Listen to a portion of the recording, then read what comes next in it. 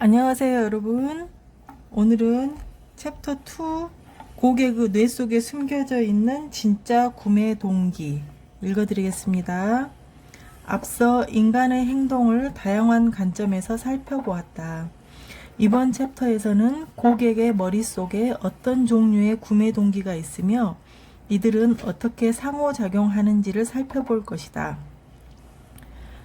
고객이 제품을 구매하는 이유를 알고 싶다면 먼저 어떤 구매 동기가 존재하는지에 대해 질문해야 한다.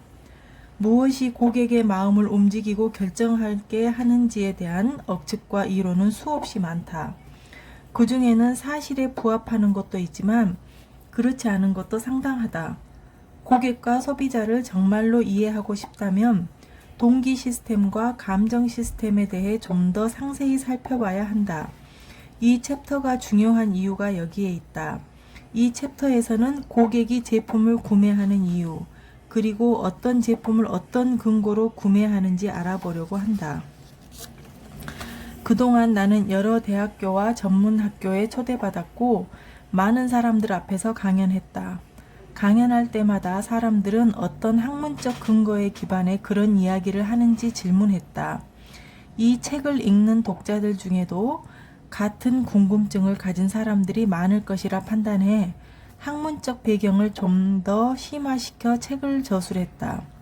학문적으로 심화시켰다고 해서 두려워할 필요는 없다. 아무리 학문적 경험이 중요하다고 해도 우선순위는 실무 경험이다. 그래서 순수한 학문적 근거를 이 책 전반에서 다루는 대신 하나로 모아 인포박스로 요약했다. 청소 동기와 여행 동기는 존재할까?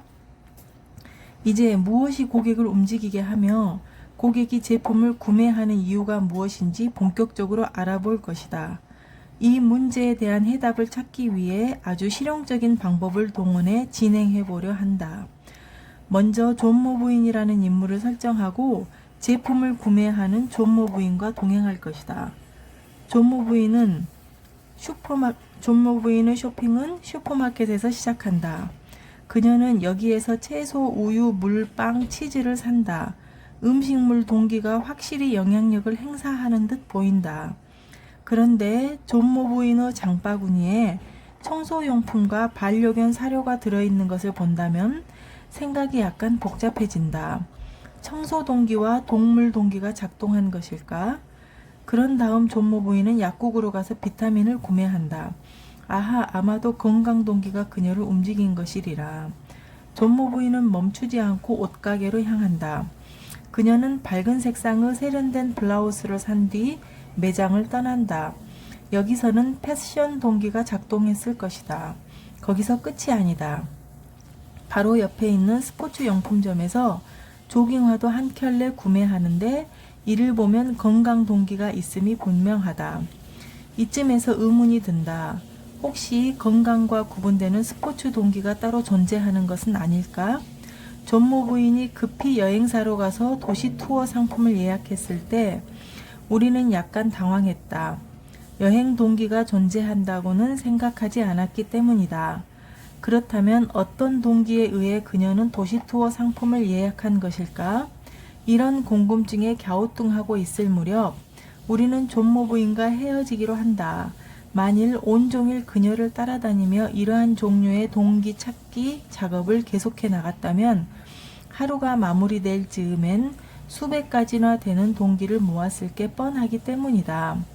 이런 식의 방법은 소비자와 고객의 구매 동기를 파악하는데 그다지 효과적이지 않다는 결론을 내렸다. 행동을 관찰하고 이를 단순히 어떤 동기로 명명하는 것은 구매 행위의 실체를 파악하는데 아무런 힌트도 제공해주지 않는다. 이렇게 하려면 심리학 지식이나 뇌 연구 결과도 필요 없다. 하지만 놀랍게도 심리학자들이나 뇌과학자들은 여태 이런 방식으로 실무 현장에서 일해왔고 지금도 그렇게 일하고 있다. 가령 의자에 편안히 앉아있는 사람을 관찰한다면 그에게 편안함 동기가 존재한다고 설명할 것이다. 거의 모든 사람이 돈이 얼마나 중요한지 안다. 따라서 금전 동기가 존재할 거라고 말할 것도 확실하다. 그러고 나서 분주하고 급하게 제품을 구매하는 소비자들을 본다면 이는 시간 절약 동기 때문이라고 여길 것이다. 그러다 보면 몇 년 동안 1000가지가 넘는 동기와 욕구, 본능이 수집될 테고 날마다 새로운 동기들이 추가될 게 뻔하지 않는가? 실제로 고객을 움직이게 하는 것은 생각을 혼란스럽게 하는 이 거추장스러운 방법은 잊어버리자. 나무에 집착하면 숲을 보지 못하는 법. 더 높은 곳으로 올라가 전체를 조망해야 큰 그림이 보인다. 인간과 인간의 행동을 다루는 모든 학문보다 높은 곳에서 전체를 아우른다고 생각해보자. 우리의 관심사는 이 모든 분야에서 공통적으로 발견되는 동기 모형과 감정 모형이 존재하느냐 하는 점이다. 어쩌면 그것을 부르는 이름은 다를지 모르지만 그 내용은 모두 동일할 것이다. 바로 이것이 소비자를 더 잘 이해하기 위해 우리 팀이 고안한 방법이다. 심리학, 신경생물학, 신경화학의 지식들을 서로 결합해 이론적 토대를 만들고 조사하기 시작했다. 이러한 접근 방법 덕분에 마케팅 실무자나 판매자를 위한 이해하기 쉬우면서도 학문적 기초가 탄탄한 감정 모델을 만들 수 있었다. 우리는 새로운 동기 모형과 감정 모형을 발견해낸 것이 아니다. 그저 서로 다른 분야의 다양한 지식들을 수집해 결합했을 뿐이다. 이것만으로도 놀라운 성과를 낼 수 있었다.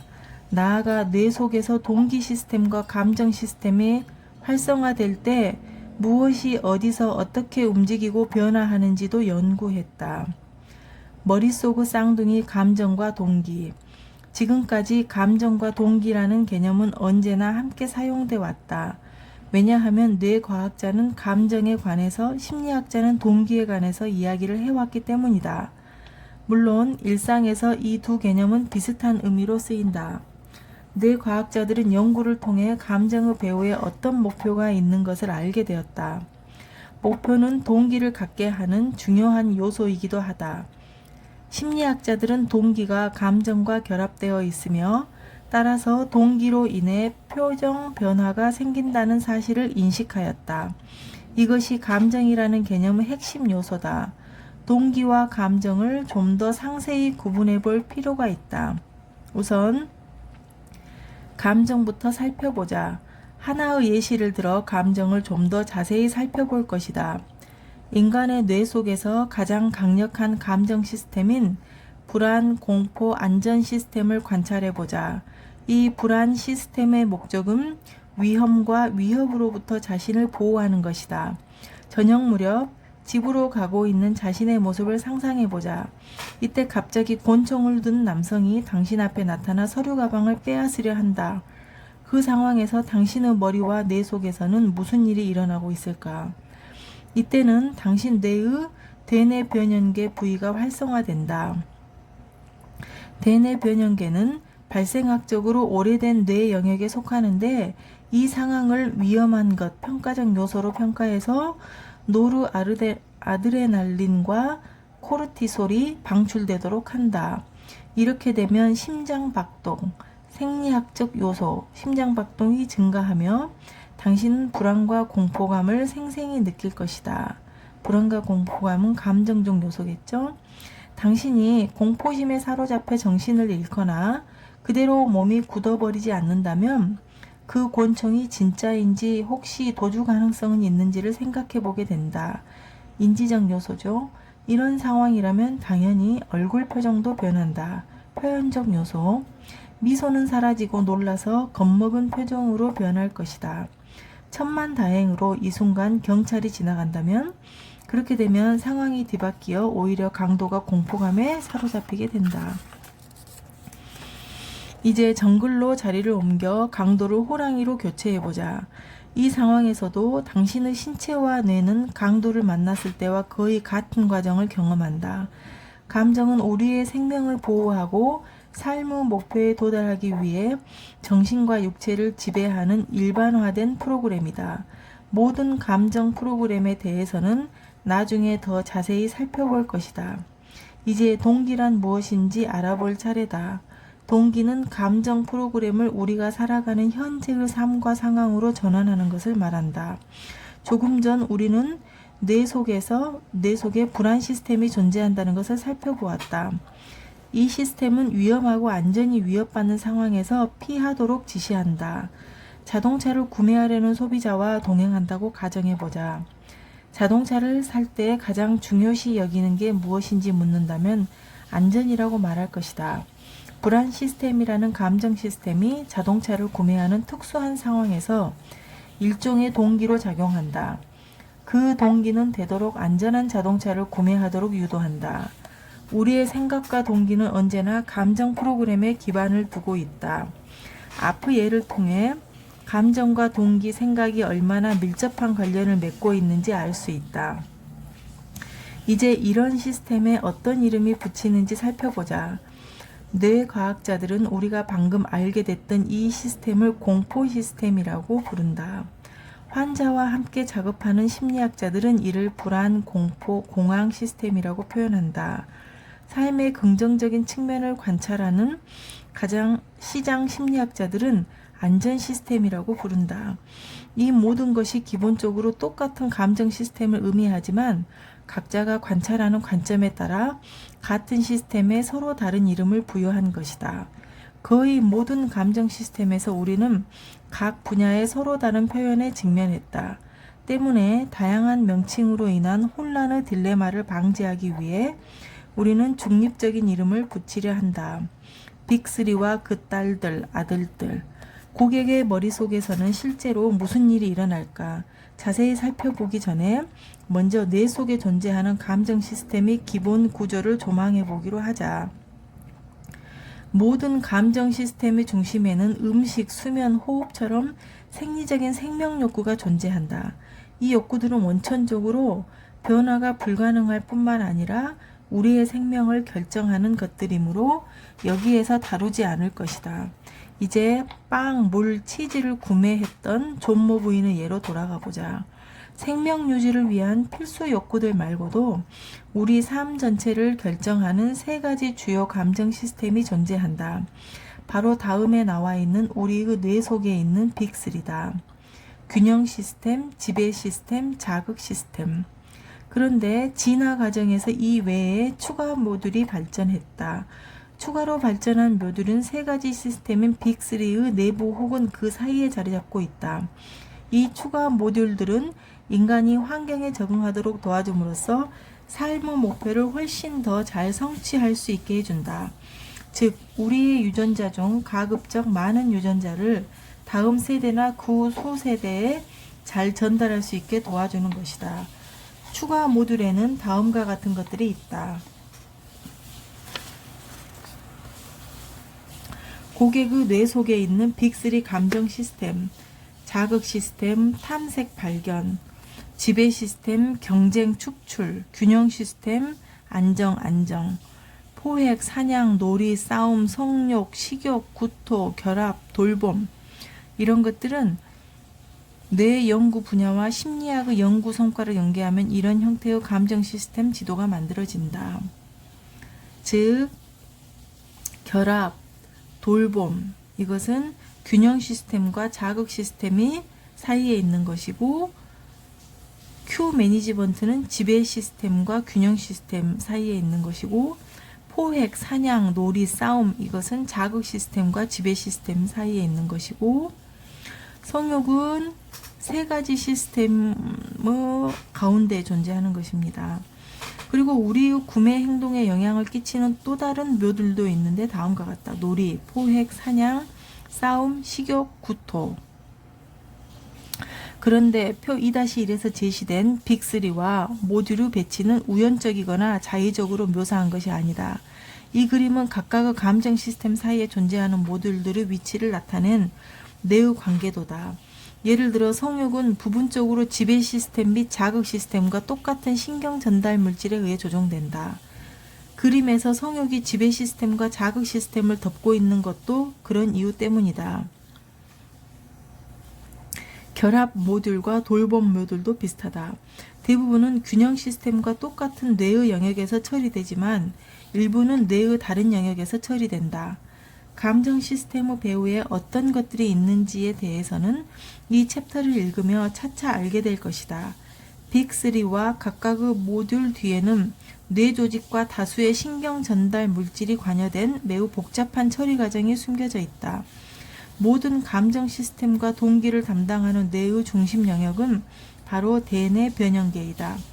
이것은 뇌줄기 하부에서부터 대뇌 피질까지 퍼져 있는 수많은 하위 중추로 구성된다. 지금은 이 정도만 참고해도 충분하다. 다음 챕터에서 구매 결정이 어떻게 내려지는지 알아볼 때 뇌의 중심부를 더 상세히 다룰 것이다. 여기서는 구매 동기를 이해하는 데 집중하자. 이제 뇌 속에서 가장 강력한 감정 시스템인 균형 시스템에 대해서 알아보려고 한다. 안전에 대한 욕구, 균형 시스템. 균형 시스템은 의심할 여지 없이 고객의 뇌에서 가장 강력한 힘을 지닌 세력이다.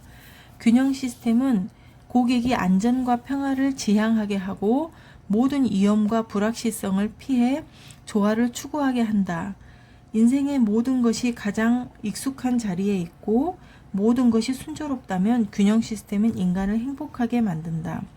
이는 생물학적 세포의 기본 원리인 항상성에 기인한다.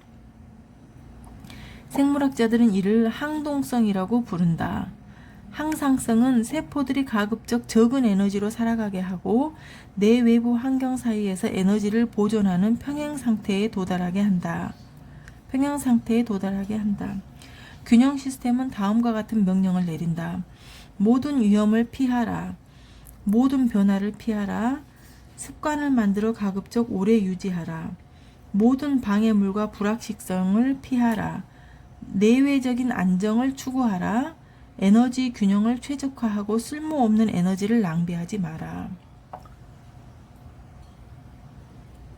이 명령이 성공적으로 이행될 때는 안정과 안전함을 느끼게 되고 그렇지 못할 때는 불안, 공포, 공황을 경험하게 된다.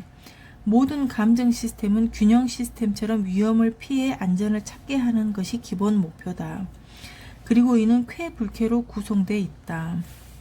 감정 연구에서는 그 목표의 구성 요소가 감정 평가로 표현되고 쾌불쾌 평가는 유의성으로 표현된다. 아직 세 번째 구성 요소가 남아있는데 그것은 감정의 강도를 표시하는 흥분이다. 위의 예시와 관련해 살펴보면 가벼운 흥분감은 불확실성을 느끼게 하고 흥분이 강해지면 점차 공황 상태에 빠지게 된다. 다시 균형 시스템으로 돌아가 보자. 진화를 통해 신경계가 발달하고 세분화하는 과정에서 안정성과 안전성을 추구하는 자연의 기본 시스템도 계속해서 세분화되어 왔다. 균형 시스템은 인간을 지켜주는 건강 욕구나 신에 대한 믿음의 욕구를 담당한다. 이제 균형 시스템이 어떤 형태로 나타나며 또 제품에서 어떤 구매 동기로 가시화되는지 살펴보자. 모든 종류의 보험, 노후를 위한 금융상품, 의약품, 병원 진료, 안전벨트, 에어백, 자동차의 안정적인 좌석, 제품의 품질과 내구성, 보증 약속, 신뢰할 수 있는 서비스, 경보장치 및 잠금장치 등과 같은 보안 제품, 모든 종류의 안내 책자, 늘 한결같은 판매자나 서비스 직원, 안전하고 아늑함을 주는 내 집 마련, 오래전부터 익히 알고 있으며 세월이 지나도 거의 변하지 않는 전통 제품, 품질 안전 배달, 고객과 친밀한 관계를 유지하는 가족 기업, 계약 보완과 준수, 모든 협력 과정에서의 일관성과 예측 가능성. 이런 식으로 하다 보면 이 목록은 끝도 없이 작성해 나갈 수 있다. 그러나 목록을 더 작성하지 않아도 균형 시스템이 우리의 인생에서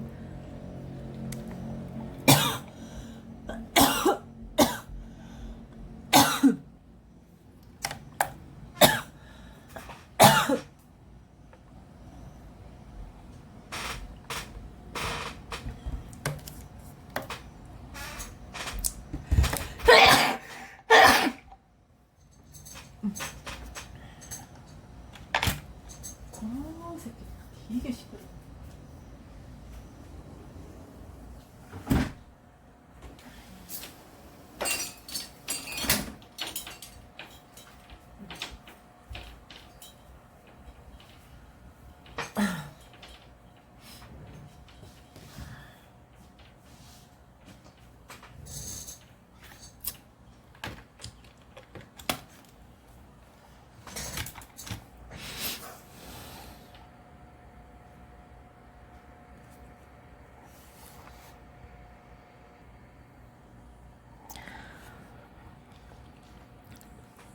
충분히 알 수 있다. 감정 시스템의 학문적 배경 지식에 관심 있는 독자라면 인포박스 1과 인포박스 5에서 신경 전달 물질의 효과에 대한 기본 지식을 찾아볼 수 있다. 이제 고객의 뇌 속에 존재하는 또 다른 모듈로 넘어가 보자. 다음에 알아볼 것은 결합 모듈과 돌봄 모듈인데 이는 균형 시스템과 밀접하게 연관돼 있으면서 부분적으로 독립적이다. 결합 모듈, 고객이 연결을 원하는 이유. 결합 모듈은 무엇보다 자손의 생존을 안전하게 지키려는 목표를 지니고 있다. 아기가 엄마와 너무 오래 떨어져 있으면 불안을 느끼게 되고 심한 경우 공황 상태에 빠진다. 이때 아기는 엄마를 불러들이고자 격렬하게 비명을 지른다. 결합에 대한 욕구와 안정감은 진화 과정에서 일반화됐다. 결함이 있는 존재자인 인간은 생존을 위해 사회 집단에 의존하게 되었고 그런 이유로 파트너, 가족, 집단을 중요시 여긴다. 또한 진화의 관점에서도 결합 모듈은 의미가 있다. 무리지어 살아가는 사람들의 유전자가 외톨이의 유전자보다 생존 가능성이 더 높다. 결합 모듈은 오래전부터 심리학에서 잘 알려진 용어이며 애착 모듈, 최신 연구에서는 뇌에서도 결합 모듈이 존재한다는 것이 증명됐다. 결합 모듈과 관련된 중요한 뇌 중추에는 복잡한 관계의 지배를 조종하는 배외측 전진 두피질, 대뇌 변형계의 일부이자 너와 나의 관계에 크게 관여하는 전방 대상 피질, 편도체, 시상하부가 있다. 그리고 결합 시스템과 불안 시스템이 만나는 지점인 뇌줄기가 있다. 결합 모듈의 주요 신경 전달 물질과 호르몬에는 옥시토신, 프로락틴, 감마 아미노부티르산, 코르티솔이 있다. 이제 결합 모듈이 어떤 형태로 어떤 제품에서 구매 동기로 과시화되는지 살펴보도록 하자. 결합을 촉진하는 제품, 맥주와 관련된 사회적 안락함, 특정 단체에 소속되어 있음을 상징하는 제품, 단체 유니폼, 특정 패션 스타일, 클럽이나 그룹 멤버십, 단체 여행, 단골 손님을 위한 고객 이벤트, 사업적 범위를 넘어서는 개인적인 보살핌, 사적인 일에 대한 관심, 고객이 원할 때 주는 신속하고 자발적인 도움, 주문 처리가 잘 진행되고 있는지에 대한 재문의, 돌봄 모듈, 반려동물이 수백만 마리나 존재하는 이유. 돌봄 모듈은 결합 모듈의 자매와 같다. 돌봄 모듈도 자손의 생존을 보장하기 위해 발달했다. 결합 모듈이 아기에게서 활성화된다면 돌봄 모듈은 특히 어머니에게서 활성화되며 이중 안전망을 마련해주는 역할을 한다. 아기의 뇌는 결핍 상황에서만 비명을 지르게 한다. 그러나 어머니의 뇌 속에 있는 돌봄 모듈은 이러한 결핍이 발생하지 않도록 미리 작동해 아기를 안아주고 돌봄에 주의를 기울이게 한다. 돌봄 모듈 역시 진화 과정에서 널리 보편화되었다. 자신의 아기에서 시작해 가족, 단체, 다른 민족뿐 아니라 동물에 이르기까지 범위가 확산되며 일반화가 이루어졌다. 사랑하는 반려동물을 위해 아낌없이 지출하는 것만 봐도 돌봄 모듈이 구매를 유발할 수 있다는 것을 알 수 있다. 나아가 돌봄 모듈에는 아주 흥미로운 점이 있다. 인간의 이기적인 특성을 중심으로 연구해온 고전 경제학에서는 돌봄 모듈의 존재가 부정되고 간과되었다. 이런 관점에서 볼 때 돌봄 모듈은 이타주의 모듈로도 불릴 수 있다. 돌봄 모듈과 관련된 중요한 뇌 중추는 전방 대상 폐질과 안전이라는 긍정적 감정을 전해주는 불안 시스템의 일부다. 그러나 자극 시스템과 밀접하게 연결되어 있는 중변형 보상 시스템도 중요한 비중을 차지한다. 이타적 행동을 하거나 누군가를 돌보는 행동을 하면 도파민이 추가로 분비된다. 돌봄 모듈과 밀접하게 연결되어 있는 신경 전달 물질과 호르몬은 에스트로겐, 프로락틴, 옥시토신 같은 성호르몬이다. 이제 돌봄 모듈이 어떤 형태로 어떤 제품에서 구매 동기로 가시화되는지 살펴보자. 이유식, 아동복, 반려동물, 사료와 액세서리를 포함한 반려동물 시장 전체 모든 종류의 선물, 꽃, 환경보호 및 자연보호와 관련된 제품, 모든 기부단체, 체험에 대한 욕구 자극 시스템. 보통 독일인들은 TV 시청에 하루에 3시간 이상을 쓴다. 현재 미디어, 관광, 엔터테인먼트 산업은 우리 경제에서 가장 크고 빠르게 성장하는 분야에 속한다. 그리 놀라운 일은 아니다. 휴가를 위해 여행을 예약하고 영화관에 가고 이탈리아 식당이나 중국 식당에서 낯선 음식을 즐기는 것은 우리를 얼마나 즐겁게 해주는가. 이런 것만 봐도 인간의 경제적 중요성을 판별할 때 자극 시스템이 얼마나 중요한 역할을 하는지 예상할 수 있다. 자극 시스템은 다음과 같은 명령을 내린다. 알려지지 않은 새로운 자극을 찾아 나서라.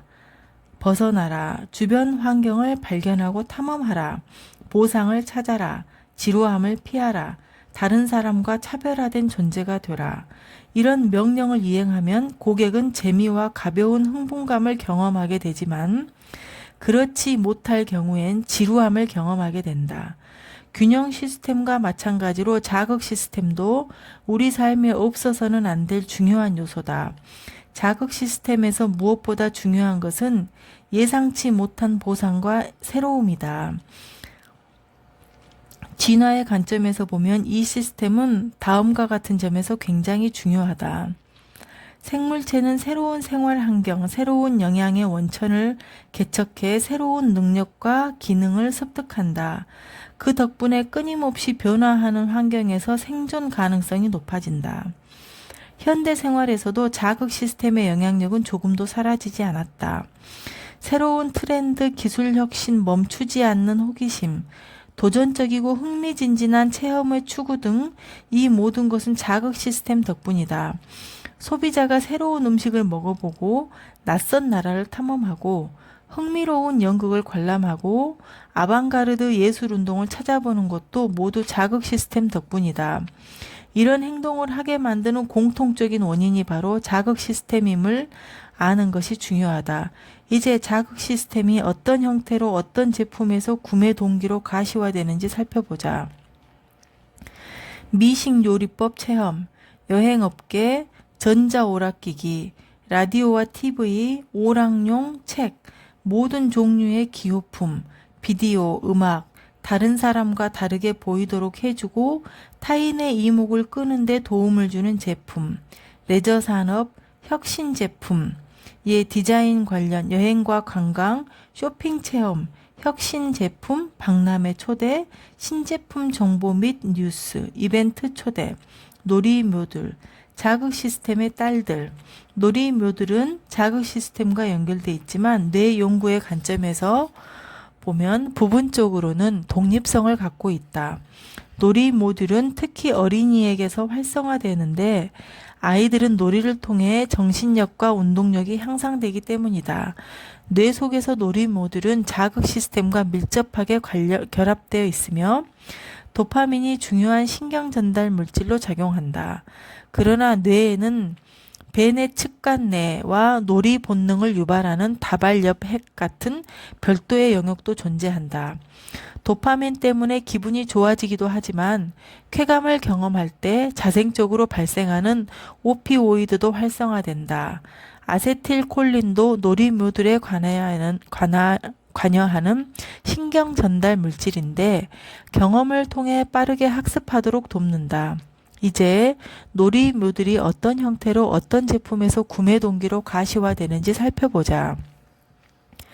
전자오락, 장난감, 재미삼아 하는 스포츠, 다양한 기능과 버튼을 갖춘 기계들, 도박용 기계, 로또, 경마 베팅, 돈 내기 게임, 제품을 구매할 때 물건을 만져보거나 시험해 보려는 욕구, 권력에 대한 욕구, 지배 시스템, 빅3의 마지막 감정 시스템인 지배 시스템은 경쟁자를 억압하거나 축출하는 것을 목표로 하기 때문에 이견이 분분하다. 지배 시스템은 사람들에게 각종 자원과 섹스 파트너를 둘러싼 싸움에서 경쟁자를 물리치고 자신의 권력을 구축하며 영역을 확장하라고 지시한다. 지배 시스템은 다음과 같은 명령을 내린다. 끝까지 관철시켜라. 지위를 얻고자 노력하라. 타인보다 더 나은 사람이 되라. 권력을 키워라. 경쟁자를 물리쳐라. 영역을 확장하라. 자율성을 보존하라. 적극적으로 행동하라. 이 명령을 충실히 이행할 경우 인간은 자부심, 승리감, 우월감을 경험하게 된다. 그렇지 못할 경우에는 짜증, 분노, 불안을 경험하게 된다. 그렇다고 지배 시스템에 부정적인 면만 있는 것은 아니다. 정확히 따져보면 지배 시스템은 진보의 원동력이기도 하다. 선조들과 비교해봐도 우리는 그들보다 쾌적하고 편안한 삶을 누리고 있지 않은가? 이는 지배 시스템 덕분이다. 지배 시스템이 없었다면 자동차, 비행기, 항생제, 컴퓨터는 존재하지 않았을 것이다. 인류의 진보는 학자, 정치인, 기술자, 운동선수, 배우를 막론하고 누구든 자신의 분야에 정상에 오르고자 하는 노력하는 사람들 덕분에 가능해진다. 그리고 정상에 오르기 위해서는 비범한 능력을 발휘해 자신의 뜻을 끝까지 관철시켜야 한다. 지배 시스템은 가장 단순한 생물체인 박테리아에서도 관찰된다. 이것으로 우리는 지배 시스템이 수십억 년 전부터 인간의 유전자 속에 뿌리박혀 있었음을 미루어 짐작할 수 있다. 인포박스 3에서 지배 시스템에 대한 학문적 배경을 찾아볼 수 있다. 이제 지배 시스템이 어떤 형태와 제품에서 구매 동기로 드러나는지 살펴보자.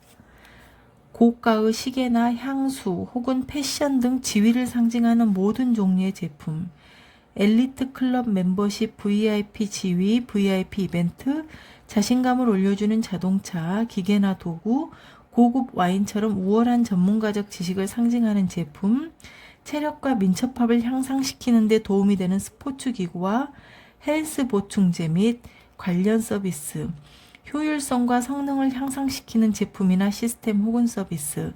이제 지배 시스템의 아들이라 할 수 있는 포획, 사냥 모듈과 싸움 모듈에 대해 살펴보자. 이 두 가지 모듈은 모두 뇌 속의 자극 시스템과 지배 시스템 사이에 존재하지만 서로 관련은 없다. 하지만 사냥 모듈과 싸움 모듈은 지배 시스템과 공통점이 있다.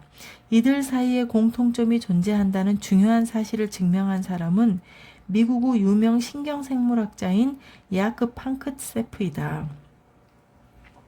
포획 사냥 모듈, 싼 물건을 찾아다니는 사냥꾼의 원동력.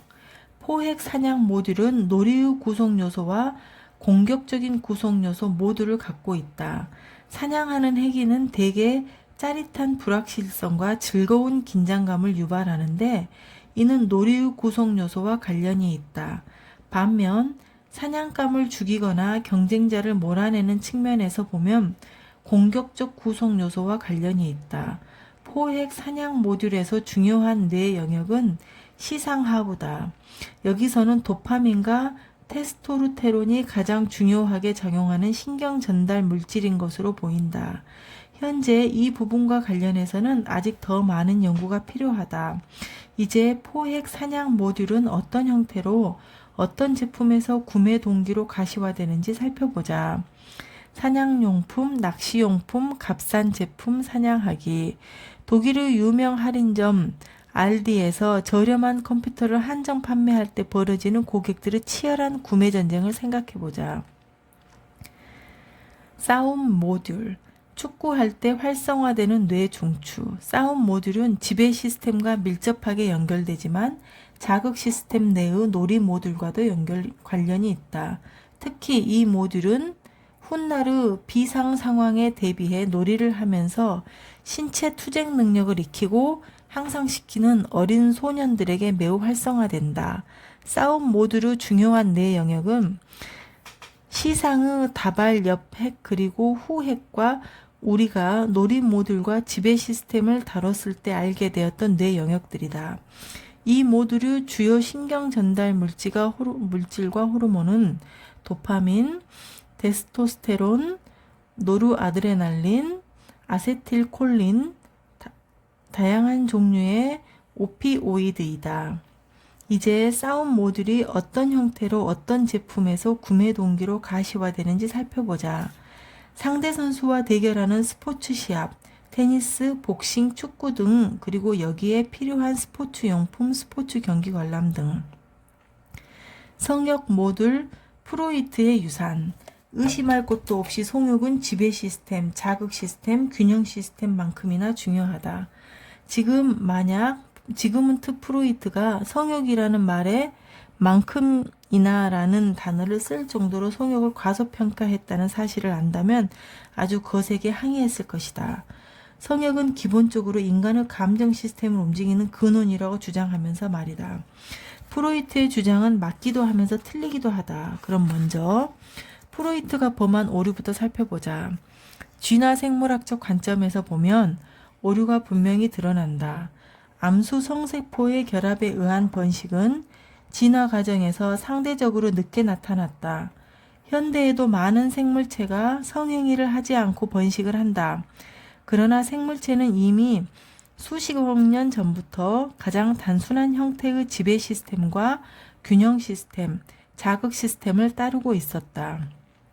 그렇다면 어떤 점에서 프로이트의 주장이 옳았을까?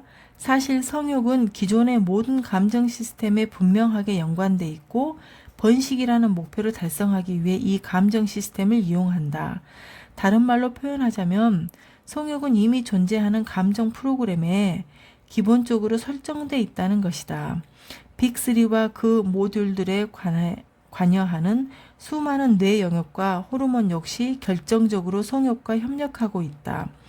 예를 들어 지배 시스템은 내가 마음에 두고 있는 번식 파트너에게 관심을 보이는 다른 경쟁자들을 몰아내는 데 도움이 된다.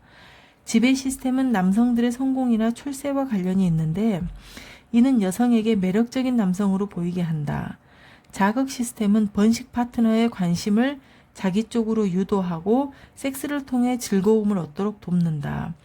균형 시스템, 특히 돌봄 모듈과 결합 모듈은 그 둘의 관계를 안정시켜주고 자손의 생존을 보장한다. 여기서 주목할 점이 있다. 남성과 여성의 성적 행동에는 상당한 차이가 있다는 점이다. 이러한 차이는 뇌 구조에서도 발견되지만 특히 신경 전달 물질과 호르몬에서 그 차이가 더 심하게 나타난다. 남성의 경우 남성 호르몬이자 지배 호르몬인 테스토스테론이 뇌 속에서 주도권을 갖는 반면 여성의 경우 에스트로겐, 에스트라디올과 옥시토신, 프로락틴이 주도권을 갖는다. 이들 호르몬은 남성과 여성의 뇌 속에 모두 들어있지만 농도는 서로 다르다. 이런 이유로 남성 호르몬 혹은 여성 호르몬이라는 말은 학문적으로 틀린 표현이다. 챕터 6에서 소비 활동과 구매 활동을 할 때 남성과 여성이 왜 다른지 그 이유를 좀 더 집중적으로 살펴볼 것이다. 수많은 감정 시스템에서 성욕이 발견되는 것처럼 소비에 있어서도 성욕은 아주 깊게 관여한다. 이제 성욕이 어떤 형태로 어떤 제품의 구매 동기로 가시화되는지 살펴보자. 화장품, 의복, 자동차, 꽃, 첫날 밤에 선물과 보석, 지위와 부를 상징하는 제품, 섹스용품 등, 식욕 모듈과 구토 모듈, 생존과 직결된 욕구. 마지막으로 식욕 모듈과 구토 모듈을 살펴보자. 이 두 모듈은 인간의 생존에 매우 중요한 역할을 한다. 식욕은 배고픔과는 약간 다르다. 식욕은 특정 음식이나 맛에 관심과 애착을 보이는 반면 배고픔은 허기짐을 해결하기 위해 불특정한 무엇인가를 먹도록 요구한다. 식욕 모듈은 나는 지금 이 바나나가 무척 먹고 싶다라고 말한다. 구토는 정확히 반대로 작용한다. 구토를 유발하는 음식을 회피하는 것은 균형 시스템의 작동 때문이다. 구토는 시각, 눈, 미각, 입, 혀, 후각, 코를 통한 부정적 자극으로 인해 나타난다. 식욕 모듈과 구토 모듈에는 자극 시스템 및 균형 시스템 외에 특히 시상 하부 부분과 대상 피질, 안화 전두 피질, 그리고 대뇌 전두 옆 바로 아래에 있는 뇌 섬옆 인슐라라는 뇌 영역이 관여한다. 식욕 모듈은 소비 동기로도 중요한데 이는 좋은 맛과 냄새가 나는 제품을 선호하게 만든다. 식용 모듈은 자극 시스템과 밀접하게 연결돼 있으며 자신의 목표를 달성하기 위해 이 보상 시스템을 이용한다. 감정 시스템의 양면, 보상과 처벌. 우리의 감정 시스템은 언제나 목표를 추구하며 진화론적 목적을 갖고 있다. 하지만 이것은 진화의 관점에서 우리 삶을 성공적으로 조종하기에는 충분하지 않다. 그래서 내용을 정확히 이해하려면 다양한 측면에서 더 많은 정보와 힌트가 필요하다. 이미 살펴봤듯이 모든 감정 시스템에는 긍정적이고 즐거운 측면, 부정적이고 고통스러운 측면, 혐오감을 일으키는 측면이 있다. 뇌 속에는 전체 감정 구조의 일부분인 두 가지의 시스템이 있다.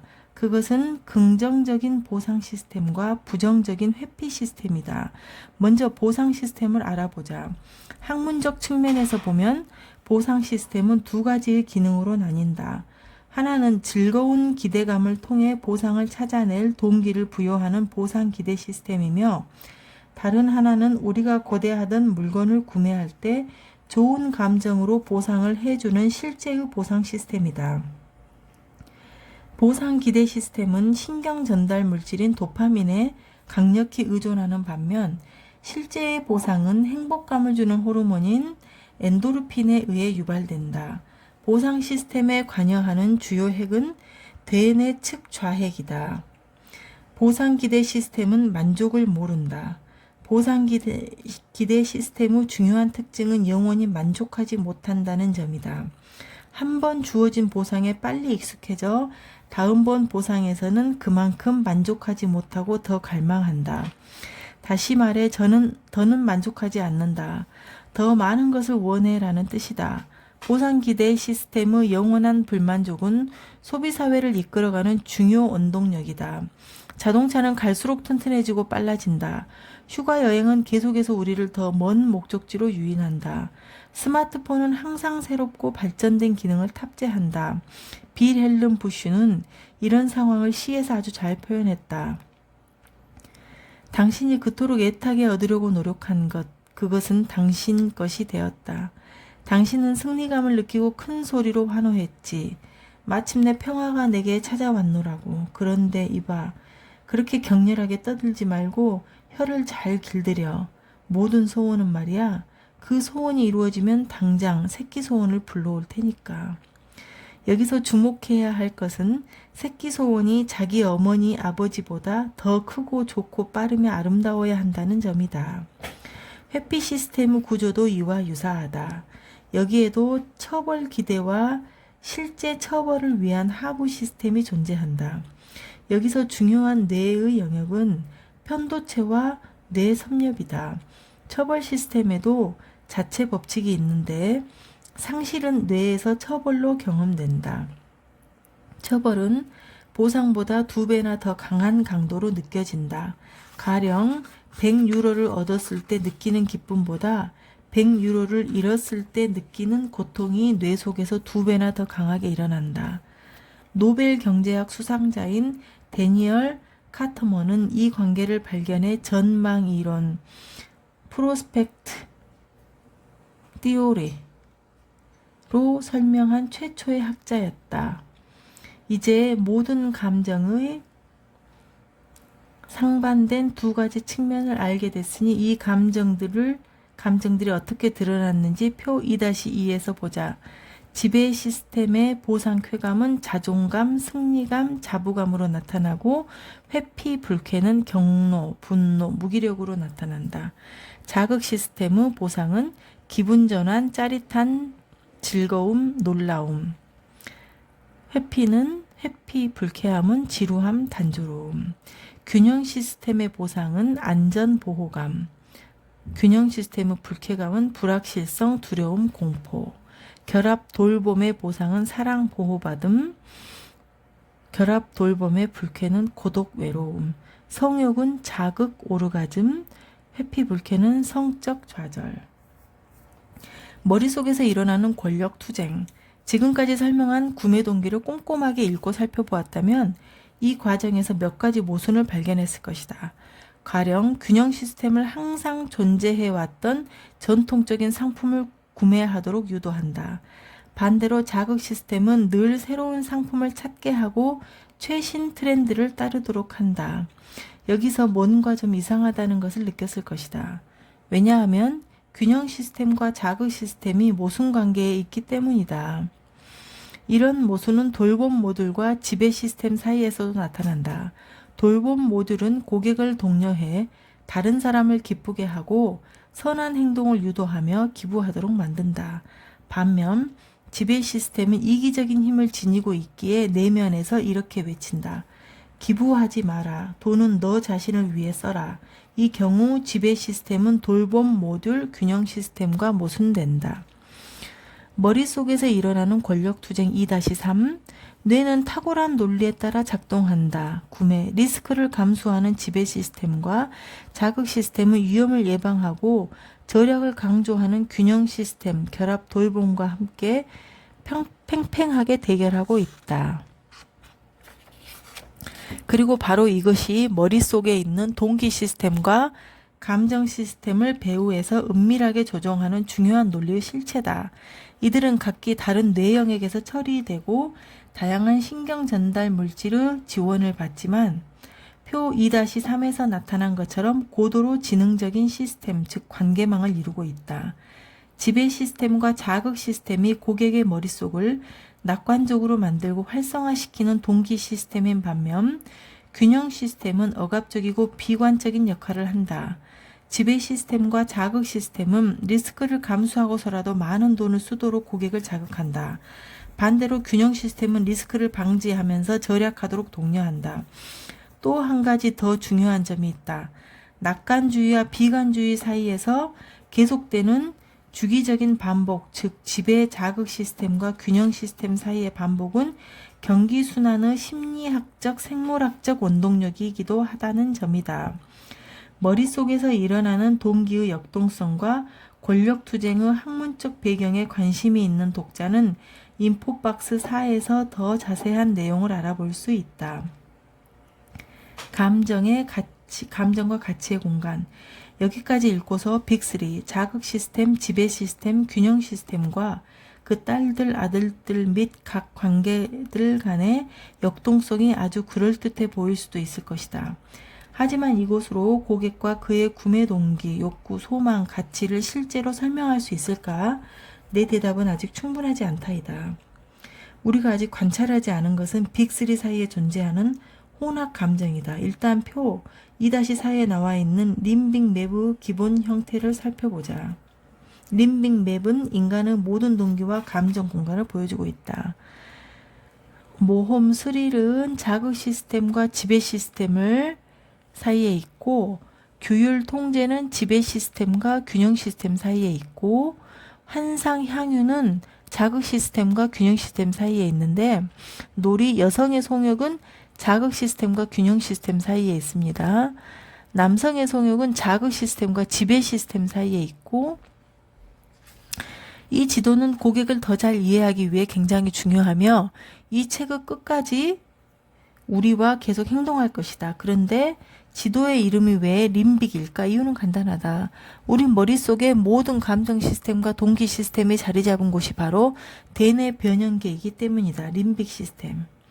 먼저 도표 2-4에서 우리 감정 시스템의 기본 골격에 해당하는 빅3부터 살펴보자. 그리고 뇌 연구의 결과들을 기반으로 해서 각 모듈이 지배하는 자리를 표시하며 완성해 나가자. 이제 혼합 과정을 살펴보러 한다. 우리 감정 시스템은 대부분 독립적으로 작동하므로 때로는 동시에 활성화될 수도 있다. 그래서 혼합 감정이 존재한다. 모험, 스릴, 이제 지배 시스템과 자극 시스템이 혼합된 감정에서부터 시작해보자. 우리는 이 혼합을 모험 스릴이라고 부를 것이다. 왜냐하면 모험을 심리학적으로 설명하는 것이 비교적 간단하기 때문이다. 사람들은 자기 자신을 뛰어넘음으로써 자신을 증명해 보이려고 한다. 다른 한편으로 사람들은 새로운 것을 발견하고 싶어 한다. 환상, 향유, 균형 시스템과 자극 시스템의 혼합 감정으로 넘어가 보자. 우리는 이 혼합 감정을 환상향유라고 부를 것이다. 자극 시스템은 새로운 것과 미지의 즐거움을 적극적으로 찾도록 동기를 부여한다. 그러나 균형 시스템은 여기에 제동을 건다. 이런 이유로 새로운 것을 자극적으로 찾을 때 개방적이면서도 수동적인 태도가 동시에 나타난다. 이를 통해 자기 자신에게 가까이 다가갈 수 있으며 꿈꾸고 상상하던 것을 이루는 것이 가능해진다. 규율, 통제, 마지막으로 균형 시스템과 지배 시스템의 혼합 감정을 규율과 통제라고 부른다. 왜냐하면 균형 시스템은 모든 것이 종리종돈되어 안정적 상태가 유지되고 되도록 아무것도 변화하지 않길 바라기 때문이다. 반대로 지배 시스템은 이미 일어난 일에 규칙을 세우고자 한다. 바로 이것이 통제의 심리학이다. 사람들은 모든 것이 일정하고 예측 가능할 수 있기를 바라는 균형 동시에 자신이 직접 게임 규칙을 정하고 주도권을 쥐기를 바란다. 감정 세계와 가치 세계를 보여주는 림빅 맵. 수많은 마케팅 지배자가 여러 동기 모델과 가치 모델의 도움을 받아 고객과 소비자를 더 잘 이해하려고 한다. 일부 모델은 가치에 더 초점을 맞추는가 하면 다른 모델은 동기에 더 집중한다. 우리는 고객의 감정 시스템과 동기 시스템을 이미 잘 알고 있다. 그렇다면 가치는 무엇일까? 심리학자들의 설명에 따르면 가치는 자신의 행동이나 타인의 행동을 측정하는 기준이다. 신뢰, 용기, 성실, 완벽함 등이 여기에 해당한다. 그러나 아쉽게도 실무 현장에서 사용되는 동기 모델과 가치 모델은 서로 호환되지 않는다. 그 결과 마케팅 담당자가 마케팅 업무와 판매 활동을 할 때 고객의 어떤 동기와 가치를 공략해야 할지 혼란에 빠지게 된다. 이를 막으려면 여러 모델을 동시에 동원해야 한다. 고객의 머릿속에서 무슨 일이 일어났는지를 이해하고 거기에 공감할 수 있도록 감정 시스템과 가치를 연결하는 모델을 만들어내고 발전시키는 것이 림빅 맵의 목표이다. 다시 가치로 돌아가 보자. 가치는 동기나 감정과 어떤 관계가 있을까? 이 물음에 답하기에 앞서 나는 여러분을 두 가지 작은 실험으로 안내하려 한다. 오래 생각하지 말고 그냥 자신의 직감을 믿어라. 자, 출발해보자. 실험 1. 먼저 네 가지 가치를 언급할 것이다. 창의성, 신뢰성, 호기심, 품질. 이 개념들에는 두 가지씩 짝을 이루는 것들이 있다. 어떤 것끼리 짝일까? 의심할 여지 없이 무엇이 짝이고 아닌지 바로 알 수 있다. 창의성은 호기심, 신뢰성은 품질과 어울린다. 실험 2. 이제 또 다른 네 가지의 가치들을 언급하겠다. 이번에는 짧게나마 이 개념들에 대해 생각해 보길 바란다. 느낌을 떠올려 보면 더 효과적이다. 감성, 확신, 정확성, 용기. 표 2-4에 나와 있는 림빅 맵 모델을 보면서 맞다고 생각되는 위치에 이 개념들을 배치해 보자.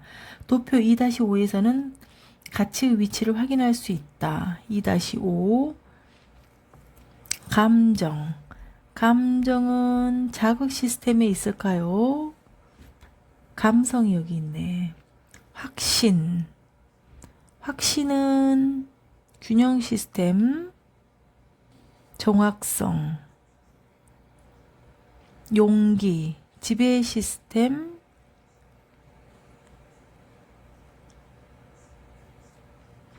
용기가 지배 시스템에서 안 보이네.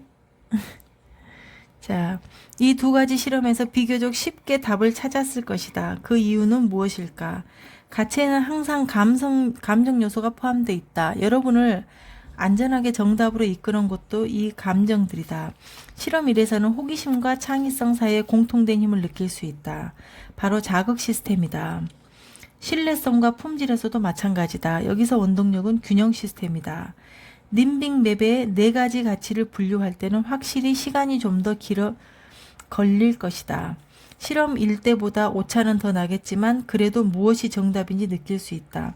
감성은 규율 통제와 아무런 관련이 없으며 환상 향유의 방향과 훨씬 더 잘 어울린다는 것을 우리는 본능적으로 안다.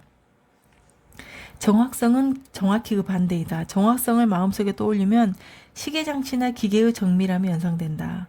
이 모든 것은 계산의 결과물이며 우연히 일어난 것은 아무것도 없다. 확신과 용기에서도 유사한 대립관계가 느껴진다.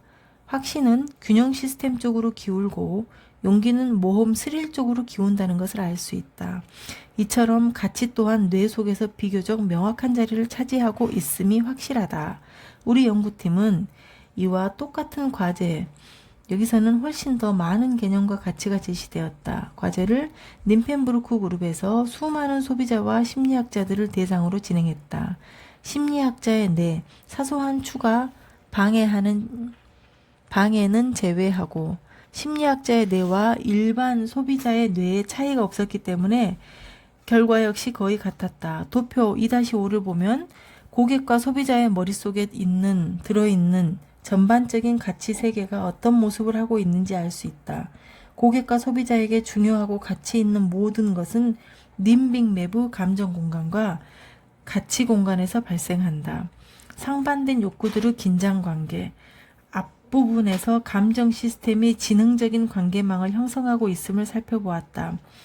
확장하는 지배 시스템과 자극 세력에 맞서 위험을 회피하는 균형 세력이 대립자 역할을 한다.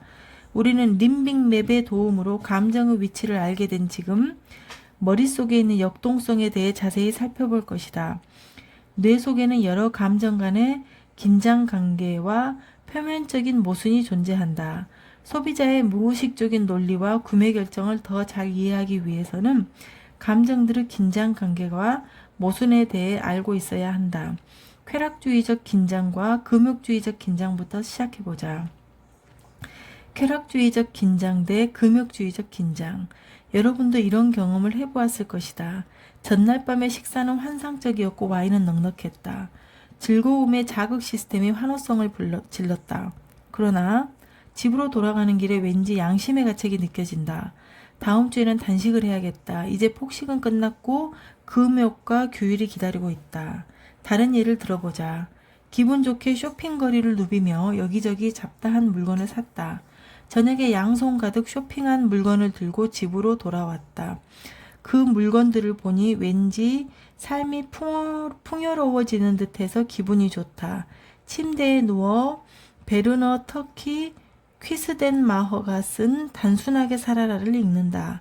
이 책은 인생에서 불필요한 것들을 모두 걷어내고 소박하면서 행복을 찾으라는 내용을 담고 있다. 책의 내용에 공감하며 고개를 끄덕이다 갑자기 오늘 샀던 잡다한 물건들을 완전히 다른 눈으로 보게 된다. 그것들은 거의 쓸모없고 인생을 복잡하게 만드는 짐일 뿐이다. 순간 수도원에서나 느낄 수 있는 거막한 생활과 명상으로 가득한 평온함을 갈망하게 된다. 이처럼 아무런 방해도 받지 않은 채 음식을 먹고 쇼핑을 즐기다 잠시 후 금욕을 애찬하고 수도원을 검맥하고 명상적인 평온함을 갈망하는 것은 왜일까? 이런 일은 어떻게 가능한 것일까? 조현병에 걸리기라도 한 것일까? 절대 그렇지 않다. 도표 2-6 림빅 맵을 보면 뇌에서 무슨 일이 일어난 것인지 분명해진다. 자극 시스템의 반대편은 규율 통제인데 자극 시스템의 반대, 규율 통제. 여기는 금욕이나 의무 같은 개념이 있다. 다시 말해 뇌 속에는 균형 상태를 유지하려는 두 가지의 상반된 세력이 공존한다. 철학 역시 이런 긴장에 대해 광범위하게 다루었다.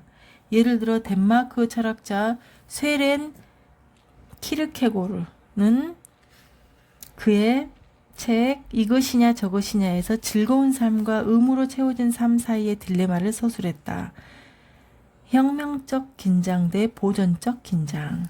이제 거대한 긴장의 영역을 살펴볼 텐데 이는 기존의 혁명과 보존 사이에 있는 긴장이다. 우리는 완전히 새롭고 혁신적인 제품을 사는데 돈을 많이 쓰는 동시에 오래되고 전통적인 제품을 사는 데서도 똑같은 즐거움을 느낀다. 고막이 찢어질 듯한 음악으로 시끄러운 클럽에 갔다가 늦은 밤 아늑한 전통 술집에 앉아있는 자신을 발견한다. 우리에게는 이처럼 상반된 두 가지가 모두 필요하다. 2-7을 살펴보면 긴장 관계가 명확하게 보인다. 이러한 감정의 역동성은 철학에서도 재발견됐다. 프리드리히 니체의 철학적 이상인 초인 같은 기존의 것을 유지하려는 힘에서 벗어나 언제나 새롭고 알려지지 않은 삶의 가능성을 개척해 나가는 인간을 말한다. 자극 시스템, 균형 시스템, 지배 시스템, 그 가운데 혁명 대 보존이 있네요. 이기주의적 긴장 대 이타주의적 긴장. 경제학자들은 인간이 이기적인 존재이며 자신만의 이익을 생각한다고 주장해왔다. 그들의 말이 맞다는 것은 여러 예들로 실증되기도 했다. 꺼리낌 없이 수백만 달러를 훔친 부패 정치인이나 경영자를 생각해보자. 그리고 권력과 지위를 상징하는 제품을 소비함으로써 자신의 존재감을 드러내는 것만 봐도 이기주의가 상당한 힘을 발휘한다는 것을 알 수 있다. 낮에는 무자비할 정도로 냉혹하게 자기 업무를 하던 매니저가 저녁마다 교구에서 자선단체를 위해 기부금을 모으고 사랑으로 가족을 보살피는 모습을 우리는 종종 발견한다. 도표 2-8은 어떻게 그런 일이 가능한지 그 이유를 보여준다. 지배 세력과는 정확히 반대되는 기점에 사회적 모듈인 결합과 돌봄이 있다. 지배 시스템의 반대, 환상적 향유. 언제부턴가 경제학자들은 관점을 바꿔 인간에 내재되어 있는 선에 대해 주목하기 시작했다. 특히 쥐리히 대학교 에른스트 페르, 마르쿠트 하인리히, 타니아 싱어의 뇌 스캐너 실험은 오직 이기적이기만 한 경제적 인간 호모 에코노미쿠스 상의 사실은 틀렸음을 보여주었다. 왜냐하면 인간은 굉장히 자주 이타적으로 행동하기 때문이다. 이 감정적 갈등 관계도 철학에 기록돼 있다. 토머스 홈즈는 자신의 책에서 인간은 인간에게 늑대이기도 하지만 늘 그렇지 않다고 했다. 인간은 때로 인간에게 신이기도 하기 때문이다. 강력한 트렌드에는 늘 반대 트렌드가 있다. 뇌 속에 존재하는 이 긴장 관계들을 알고 나면 트렌드 연구의 결과들을 더 의식적으로 더 탁월하게 다룰 수 있다. 거대 트렌드는 항상 핵심적 감정을 갖고 있기 때문에 모든 트렌드는 항상 반대 트렌드가 있게 마련이다. 이 관점으로 몇 가지 발전 과정을 살펴보자. 지난 몇 년간 세계화라는 단어가 메가 트렌드로 세계를 지배했다. 세계화는 확장을 의미하며 지배 세력과 자극 세력이 이를 주도한다. 그러나 이 트렌드에는 강력한 반대 세력, 즉 반대 트렌드가 있다. 지역성과 지역 제품에 대한 욕구가 바로 그것이다. 이처럼 수많은 트렌드와 반대 트렌드의 대립, 그들의 긴장 관계는 지금의 시장에서도 관찰된다. 몇 가지 예를 들어 이를 살펴보자. 첫 번째, 유전자 조작 식품을 둘러싼 논쟁은 유기농 식품 시장의 성장을 가속화했다. 아방가르드한 디자인이 유행하면 항상 복고풍 후 레트로, 빈티지 디자인이 유행한다. 이국적 나라로 여행하려는 욕구가 만연한 반면 코쿠닝, 자신만의 공간에서 보호받고 계속 머무르려는 것 욕구도 널리 퍼져 있다. 림빅 맵은 문화를 넘어 확산된다. 지금까지 긴장 관계들에 대해 다루었다. 여기서 세계화와 국제화를 근거로 살펴봐야 할 또 다른 중요한 문제가 있다. 림빅 맵도 국제적으로 통용될 수 있을까 하는 점이다. 원칙적으로는 그렇다. 개별 가치들이 지닌 중요성과 의미에서는 문화 간 차이가 크지만 말이다. 예를 들어 미국에서는 개인주의, 위험을 감수할 각오 같은 가치들이 대단히 중요하다. 반면 스위스인들은 전통 같은 균형 시스템을 선호한다. 일본과 중국은 결합, 가족, 단체처럼 사회적 가치를 더 중요시 여긴다. 그럼에도 뇌 속에서 각각의 가치들이 점하고 있는 위치는 문화권을 넘어 동일한 양상을 보인다. 고로 림빅 맵은 전 세계적으로 통용될 수 있다는 뜻이다. 물론 림빅 맵에 나오는 가치 중에는 번역하기가 불가능한 단어들도 있다. 또 다른 문화권에서는 다른 개념으로 이해하거나 아예 존재하지 않는 가치도 있다. 예를 들어 개인주의라는 가치가 일본과 중국에서는 미국에서 쓰일 때와는 다른 의미를 지니듯이 말이다. 이처럼 가치에 대한 개념이 다르므로 아시아 시장에 진출할 때는 반드시 문화적 특수성을 고려해야 한다. 보편적 가치, 시간과 돈.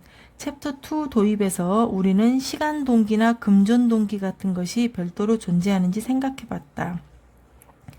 심리학과 뇌과학의 관점에서 보면 시간 동기와 금전 동기는 그 자체로 독립적이지 않으며 보편적인 특징이다.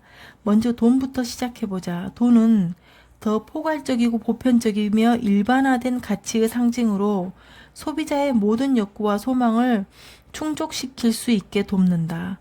소비자는 대형차를 구매할 수 있고 노후 및 건강 대책을 업그레이드할 수 있으며 균형, 세계 여행을 할 수도 있다. 자극. 이것이 바로 돈의 매력이다. 돈은 모든 욕구를 충족시켜주는 보편적인 열쇠다. 그러나 충족시키고 싶은 욕구는 우리가 앞에서 알게 됐던 감정 시스템과 동기 시스템에서 만들어진다는 것을 기억하자. 때문에 뇌 속에는 고유하거나 독립된 별도의 금전 동기가 없다. 어떤 동기 시스템과 감정 시스템이 돈을 쓰게 하는 욕구의 원동력인지 늘 생각하고 질문해야 한다. 돈은 조커 기능도 하는데 어떤 상황에서 어느 때나 이 조커를 투입할 수 있다. 조커 기능 역시 굉장히 감정적이다. 자유와 자율성은 지배 시스템과 자극 시스템에서 비롯되었고 편안함은 균형 시스템에서 비롯되었다. 이제 시간에 대해 알아볼 차례다. 시간은 중세 시대까지만 해도 일상에서 크게 중요하지 않았다. 시간은 누구에게나 주어진 것인지라 중력만큼이나 자연스러운 것이었다. 인간의 삶은 낮과 밤, 해, 달, 썰물과 밀물, 계절처럼 자연의 시간으로 결정됐다. 그러나 인간이 시계를 만들어 신에게서 시간을 빼앗아오자 시간의 성격은 변화하기 시작했다. 시간은 왕과 황제의 지배도구이자 통제도구가 되었다. 19세기 말에도 바이에른에서 비루텐베르크로 갈 때에는 시간을 조정해야 했다. 시간의 도움으로 세계는 동시성을 갖게 되었고 질서가 잡혔다. 그러나 무엇보다 시간이 돈과 연결될 때는 더욱 가치 있는 것이 되었다. 피렌체의 양모 직조공들은 14세기 말에 처음으로 초과 근무 시간을 돈으로 받았다. 이전까지는 작업물을 완성했을 때만 돈을 받을 수 있었다. 이자 소득 또한 시간과 인과관계를 맺고 있다. 이러한 식으로 시간은 돈이 되었다. 이런 관점에서 보자면 시간은 돈과 똑같은 감정적 논리를 따르고 있다. 그러나 시간은 또 다른 감정적 차원을 갖고 있다. 고객이 자신의 욕구를 충족하고 동기를 추구하고 싶다면 그에 대한 시간이 필요하다.